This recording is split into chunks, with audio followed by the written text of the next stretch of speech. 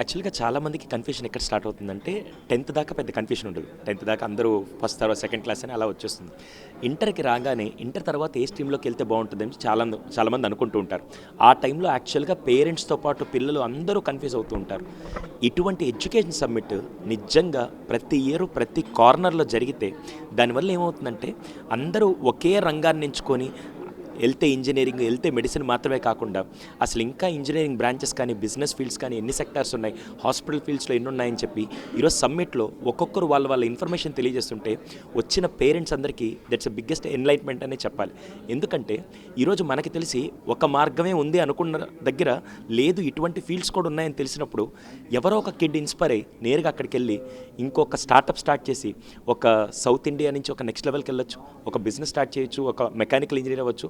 అటువంటి ఎక్స్పోజరే లేకపోతే నాకు తెలిసిన 2 ఫీల్డ్స్ ఉన్నాయని చెప్పి నా జీవితాన్ని అక్కడే పెట్టేస్తుంటాను. కానీ ఈరోజు ఎడ్యుకేషన్ సమ్మిట్కి వచ్చిన తర్వాత ఇక్కడికి వచ్చిన ప్యానలిస్టులు అందరూ ఒక్కొక్క ఫీల్డ్లో ఎక్స్పర్ట్స్, ఒక్కొక్కరి బ్యాక్గ్రౌండ్ కూడా డిఫరెంట్గా ఉంది. అక్కడికి వచ్చి మాట్లాడుతూ వాళ్ళ ఇన్పుట్ షేర్ చేస్తుంటే ఐ కెన్ సెన్స్ దట్ ఆ ఫీలింగ్ పేరెంట్స్లో కూడా ఇన్నున్నాయా అవకాశాలని చెప్పి వాళ్ళ హ్యాపీనెస్ మాత్రం చాలా బాగుంది. ఈరోజు ద బిగ్గెస్ట్ ట్రాన్స్ఫర్మేషన్ అనే చెప్పాలి, అది పేరెంట్స్కి పిల్లలకు కూడా. సో సింపుల్ అండి. మేబీ నేను ఐఏఎస్ అవ్వలేకపోయానని చెప్పి ఖచ్చితంగా నా కొడుకుని ఐఏఎస్ చేయాలని, నేను డాక్టర్ అవ్వలేదని వాళ్ళ అమ్మ కూడా నేను డాక్టర్ చేయాలని చెప్పి చాలామందికి ఇది ఖచ్చితంగా ఉంటుంది. అది కళ ఉండడం మంచిదేనండి. కానీ మీ పిల్లాడిలో ఐఏఎస్ అయ్యే పొటెన్షియల్ ఉందా, మీ పాపలో డాక్టర్ అయ్యే కెపాసిటీ ఉందా అని అర్థం చేసుకోవడం అన్నిటికంటే చాలా ఇంపార్టెంట్.